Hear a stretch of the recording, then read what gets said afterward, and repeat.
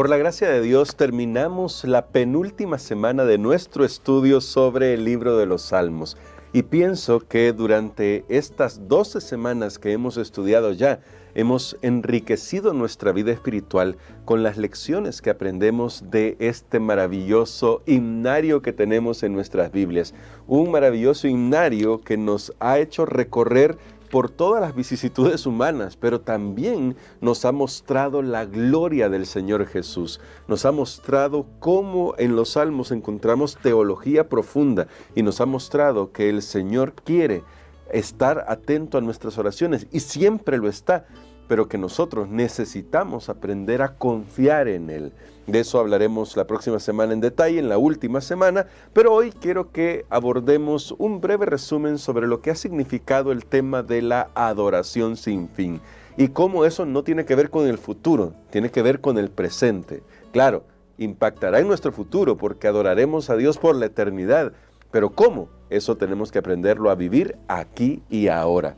Por eso vamos a orar agradeciendo a Dios por lo que hemos estudiado y pidiéndole que nos ayude a hacer este breve resumen de nuestra lección de esta semana. Querido Padre, gracias te damos por ser tan bondadoso con nosotros. Gracias por cuidarnos y obrar en nuestro favor. Gracias por ayudarnos a comprender mejor el tema de la adoración. Ayúdanos a vivir para ti, te lo imploramos en el nombre de Cristo Jesús. Amén. Especialmente para el pueblo adventista del séptimo día, el tema de la adoración reviste de mucha importancia. Cuando vamos al libro de Apocalipsis, nos encontramos que en el mensaje final para la historia de la humanidad, del pecado en este mundo, quiero decir, el tema de la adoración es crucial. Apocalipsis 13 se concentra en eso, habla de la adoración, de la falsa adoración y de aquel grupito que no adora al modo del mundo. Y Apocalipsis 14 se concentra en los verdaderos adoradores de Dios. Así que eso me lleva a una primera pregunta que creo ya hemos respondido en la semana, pero es para que comencemos a reflexionar en lo que implica realmente adoración. Y lo que quiero preguntar es lo siguiente: ¿adoración es el canto que yo elevo, el momento de oración, el leer la Biblia u otras lecturas espirituales, el ir a la iglesia? Voy a cambiar la pregunta. ¿Es solo esto adoración? Porque es adoración, no podemos decir que no. Cuando usted ora, cuando usted clama al Señor y se rinde ante Él, cuando usted está cantando una alabanza, cuando usted está leyendo la Biblia, cuando usted está en la reunión de los santos de Dios, que es la congregación de Dios, ahí está adorando sin duda alguna. Así que la pregunta ¿es solo eso adoración? ¿Solamente allí estamos adorando? En la semana hemos respondido que no. El lugar de culto, por importante que sea, el momento del culto, las cosas que hacemos en el culto no son lo único con lo que nosotros adoramos. De hecho, la verdadera adoración comienza cuando todo eso termina. ¿Qué quiero decir con esto? Impactó en nosotros lo que hicimos cuando nos congregamos, de tal manera que vivimos ahora en el mundo real, vamos a decirlo así, eso que hemos aprendido en nuestra iglesia. No quiero poner un contraste entre la iglesia y el mundo en el sentido de decir el mundo real, las vicisitudes y todo, no. Lo que quiero decir con esto es que a veces pensamos que la adoración es solamente una cosa de un momento o de un lugar. Pero hemos aprendido durante estos días que la adoración tiene que ver con la vida. Y cuando vamos a Apocalipsis capítulo 13 y capítulo 14 nos damos cuenta que en realidad así es. Es la vida la que está implicada en la adoración. Hoy le llamamos estilo de vida. También le podríamos llamar prioridades. Es decir, ¿qué es lo primero que llena nuestro corazón? Eso es adoración. Eso es adoración.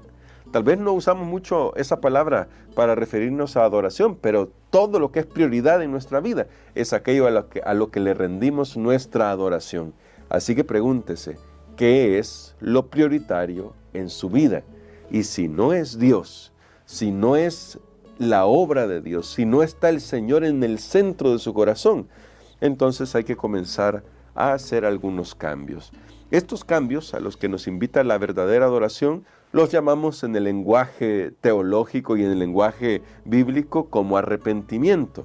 Digo en el lenguaje teológico porque lamentablemente pareciera que nuestra sociedad ha excluido de nuestras palabras, de nuestro vocabulario, algunas palabras como pecado, arrepentimiento, pero es una palabra importante. Es una palabra importante porque el arrepentimiento es el reconocimiento de la soberanía de Dios y de que yo necesito de Él para alcanzar salvación.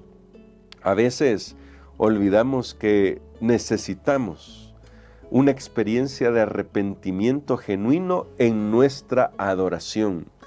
¿Por qué? ¿Por qué se necesita el arrepentimiento con la adoración? ¿Qué tiene que ver con eso? Bueno, vamos a leer El Camino a Cristo, una cita que creo nos ayuda a comprender la relación que existe entre la verdadera adoración y el arrepentimiento y una vida de gozo. Porque cuando hablo de arrepentimiento no estoy hablando de autoflagelarse, ya sea espiritual, emocional o físicamente. No, cuando hablo de arrepentimiento hablo de conectarnos de nuevo con Dios. De hecho, arrepentimiento en griego significa volverse a. También en hebreo significa volverse a, es shuv, es volver del camino. Yo iba en este camino, pero me regreso porque estoy yendo hacia donde debo ir, que en este caso es a Dios. Dice acá Elena de White en el libro El Camino a Cristo: muchos no entienden la verdadera naturaleza del arrepentimiento y se entristecen por haber pecado e incluso se reforman exteriormente porque temen que su mala conducta les provoque sufrimiento. Noten cuál es el problema de el mero remordimiento. Pero esto no es arrepentimiento en el sentido bíblico. Lamentan el sufrimiento más bien que el pecado. Eso fue lo que sintió Esaú cuando vio que había perdido su primogenitura para siempre. Balaán, aterrorizado por el ángel que estaba en su camino con la espada desenvainada, reconoció su culpa porque temía perder la vida, pero no experimentó un sincero arrepentimiento del pecado. No cambió de propósito ni aborreció el mal. Judas Iscariote, después de haber traicionado a su Señor, se lamentó: he pecado, porque he entregado sangre inocente. Pero, pregunta, ¿era esto arrepentimiento? No. Y ahora, ¿cómo la verdadera adoración me guía al verdadero arrepentimiento? Sencillamente porque, y lo descubrimos durante esta semana, la verdadera adoración tiene que ver con el reconocimiento de las obras salvíficas de Dios, de todo lo que Dios ha hecho en nuestro favor, de cómo su bondad transforma nuestros corazones, de cómo su bondad impacta nuestras vidas, de cómo todo lo que Dios hace en favor de nosotros nos lleva a reconocer que no merecemos nada, nunca lo hemos merecido, nunca lo podremos merecer y sin embargo es nuestro por la gracia de Dios. Eso motiva el corazón a rendirse, a reconocer que el pecado es horrible no por las consecuencias, sino porque nos separa de Dios, que en sí es una consecuencia, pero a veces tememos a las consecuencias, que es que me descubran, que es que pierda una posición, que es que pierda privilegios. Eso es a lo que le tenemos miedo, pero a lo que de verdad deberíamos tenerle miedo es a separarnos de Dios, porque el pecado provoca sobre todo, y en primer lugar, separación de Dios. La adoración tiene que ver con volver hacia el Señor, con reconocer nuestra dependencia de Él, para que Él pueda transformar nuestra vida. Ahora, claramente, cuando vamos a un lugar a adorar, debemos tener conciencia de lo que estamos haciendo. Aunque lo he dicho durante la semana y hoy lo reafirmo, que la adoración no es solamente lo que ocurre en un lugar, el lugar de adoración sí es importante. Es decir, cuando nos reunimos congregación, como congregación, llega a ser importante. Vean lo que dice Profetas y Reyes. Aunque Dios no mora en templos hechos por manos humanas, honra con su presencia las asambleas de su pueblo. Prometió que cuando se reuniesen para buscarlo, reconocer sus pecados y orar unos por otros, Él los acompañaría por medio de su Espíritu. Así que el lugar importa cuando la congregación se reúne, para estas tres cosas que dice la mensajera del Señor, me refiero a la escritora Elena de White: reconocer sus pecados, buscarlo y orar unos por otros. Entonces el lugar llega a ser importante. Por eso cuando usted va a la iglesia es importante. Ese templo donde usted se reúne con la iglesia, que usted es la iglesia que se reúne con toda la iglesia en el templo, ese lugar llega a ser importante porque juntos estamos buscando la presencia de Dios, buscamos que Él perdone nuestros pecados y buscamos orar unos por otros. Servicio. Recuerde que hablamos sobre esto, los siervos de Dios, porque la adoración conlleva servicio. Servicio a Dios que se ve de forma tangible en la forma en que nosotros servimos a los demás. Y eso, todo eso, conlleva los conceptos de adoración. Ahora, ¿cómo consideramos ese servicio que nosotros prestamos a Dios? ¿Con gozo o con tristeza? Esa es la gran pregunta que nosotros tenemos que hacernos. La adoración debería ser un acto de alegría. Devuélveme el gozo de la salvación, decía el salmista, porque sabe que aquel que reconoce que solo en Jesús está su salvación, vive con gozo. No vive atemorizado, no vive acongojado, no vive con temor, vive con paz, vive con seguridad, porque sabe en quién ha creído. Claro, se arrepiente de sus pecados, los confiesa, se entrega por completo a Dios y Dios se encarga de dirigir su vida. Y yo espero que esta semana hayamos podido explorar estos conceptos y cuando vaya a la iglesia el día de mañana, día sábado, usted pueda tomarse el tiempo de participar en la lección de escuela sabática, dar sus opiniones, hacer sus preguntas también, para que la lección sea enriquecida por todos. Aprendemos unos de otros y, como lo he dicho en otras ocasiones, este es uno entre muchos comentarios que usted puede leer o que puede escuchar, quiero decir, y le agradezco que nos permita llegar hasta su casa para poder hacer estos comentarios. Ahora yo solamente quiero recomendarles, ya que estamos en la penúltima semana del trimestre, por favor adquiera ya su nuevo folleto de escuela sabática. A todos nuestros hermanos y amigos les invitamos.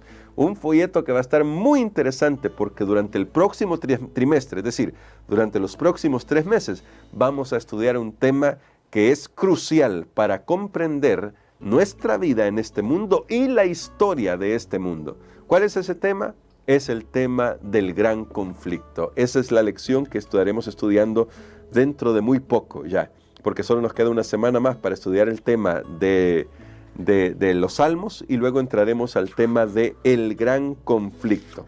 Un conflicto que tiene que ver con usted y conmigo más de lo que se quiere imaginar.